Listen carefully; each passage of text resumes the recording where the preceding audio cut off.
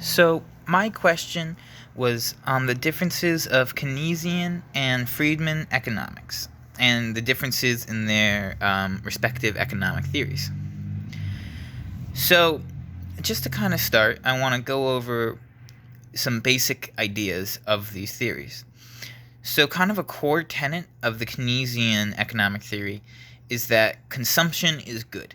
He is very much pro people consuming, people spending money. He wants there to be an appropriate supply and demand, and the way he wants to go about that is government intervention. Keynesian economics believes in a free market that is kind of led by or kind of controlled by the government, essentially. And to kind of see this theory in practice, we can look at how they would deal with a recession. The Keynesian solution to a recession would be to have the government spend money so that money kind of starts circulating, because the idea is that when a recession starts, or when people see that a recession is going to start, they stop spending money to save money because they know, oh, well, I might lose my job, I might make less money, whatever. They stop spending money, so less money is kind of moving and it becomes very stagnant. And hopefully, by having the government spend money, the economy will kind of start moving again. And that's the Keynesian idea of economics.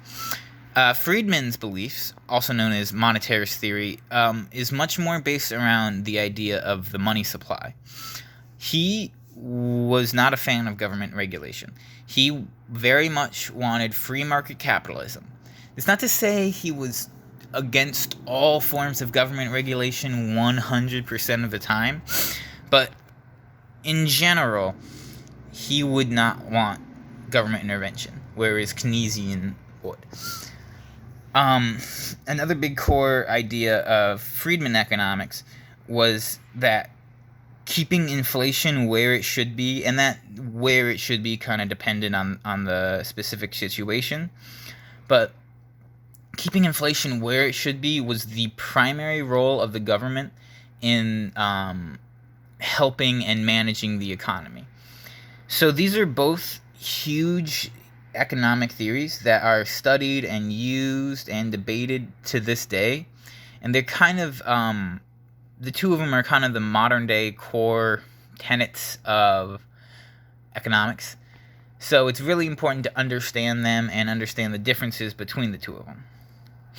So, as I was saying, Keynesian economics very much likes the idea of strong government intervention. If something bad is happening in the economy, the government should get involved and try to fix it.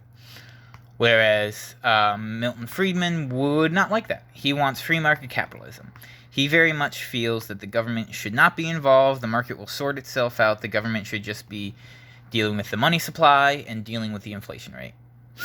And so kind of as a result of this, Keynesian economics very much encourage expansionary policies because they want the government to spend money and intervene, and to do that you have to have a powerful and big government, whereas Friedman economics are very anti-expansionism. He does not want the government to get bigger. If anything, he wants it to get smaller, less powerful, etc. So kind of as a result of these theories, there's a drastic difference in how the government should respond to recession. Like I said, Keynesian, they want the government to spend money to encourage people to spend money. What the Milton Friedman theory would be basically to print more money in the money supply so that people have more money to spend.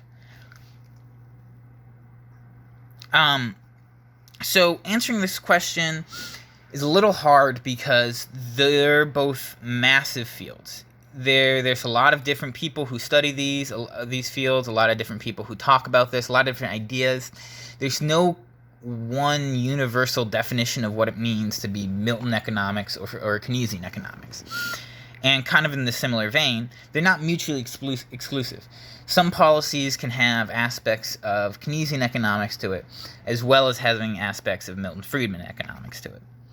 And then here are my sources, and yep, that's the video.